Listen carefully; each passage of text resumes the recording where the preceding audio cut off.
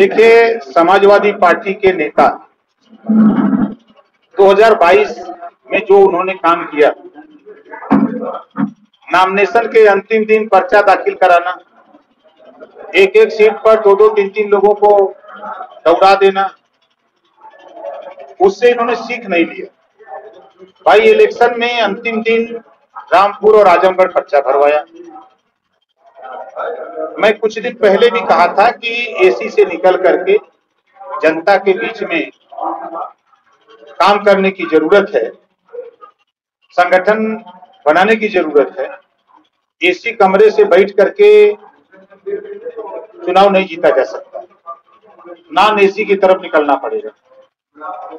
ऐसे में देखा गया कि दोनों चुनाव में अखिलेश यादव जी कहीं भी प्रचार कर रहे नहीं थे। क्या लगता है इसका भी असर पड़ा होगा? 100% असर है। जैसे कहावत है एक, जब इंजन आगे आगे चलता है तो उसमें डब्बे जितने लगे रहते हैं, वो जितनी स्पीड में इंजन चलता है उतनी स्पीड में डब्बे चलते हैं। अगर उस डब्बों में लगे हुए चक्के, उसमें अगर बैरिंग दो चार खराब भी रहती है तो घसीट करके इंजन ले जाके प्लेटफार्म पर पहुंचा देते हैं।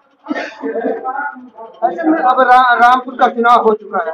रामपुर में अब आजम खां जो है लगातार प्रशासन पर टिकना फोड़ रहे हैं कि प्रशासन की वजह से जो है समाजवादी पार्टी रामपुर में हार गया है। देखिए, प्रशासन, मैं तो पहली बार मैं देखा रिजल्ट, वेबसाइट पे मैंने कल रिजल्ट देखा रामपुर और आजमगढ़ का। तो रामपुर में मुझे बड़ा आश्चर्य हुआ कि जिस बूथ पे 600 वोट, 500 वोट, 800 वोट है, वहां कहीं 5 वोट पड़ा है, कहीं 9 वोट पड़ा है, कहीं 4 वोट पड़ा है। तो ये तो इस बात का द्योतक है ना कि प्रशासन ने या तो वोट डालने नहीं दिया या तो लोगों को निकलने नहीं दिया घर से, अब फेर करके रखा कि नहीं निकलना नहीं है। तो ये जो मुस्लिम इलाके के वोटर थे उनको सरकार के इशारे पर रोका गया ताकि वो बूथ पर न जाए, वोट का परसेंटेज कम हो जाए।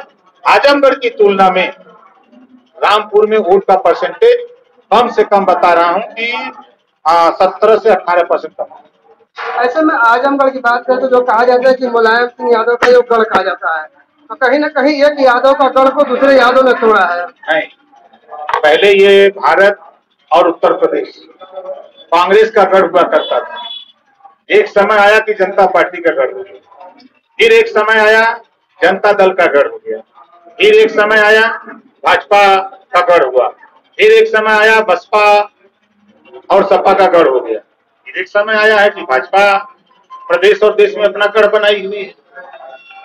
क्या लगता है इस तरह से तो मिशन 2024 आप लोगों का कितना मुश्किल होगा? देखिए, राजनीति में हर चीज संभव है। ये जो आप देख रहे हैं आजमगढ़ की हार, आप देखिएगा जब आम चुनाव होगा तो जो ये इतनी सरकारी मिशनरी यहाँ लगी थी, ये सरकारी मिशनरी चारों तरफ फैल जाएगी, इसी आजमगढ़ में नहीं रहेगी। इस तरह की धांधली, जिस तरह की बूथ पर वोट न जाने पड़ने पावे, जिस तरह रोका गया है, तो ये चीजें नहीं होगी। और 2024 का रिजल्ट आपको रामपुर आजमगढ़ का अलग नहीं दिखने लगेगा, फिर गढ़ में चला जाएगा। अग्निपथ हमसे जुड़े रहने के लिए बेल आइकन दबा के हमें सब्सक्राइब करें।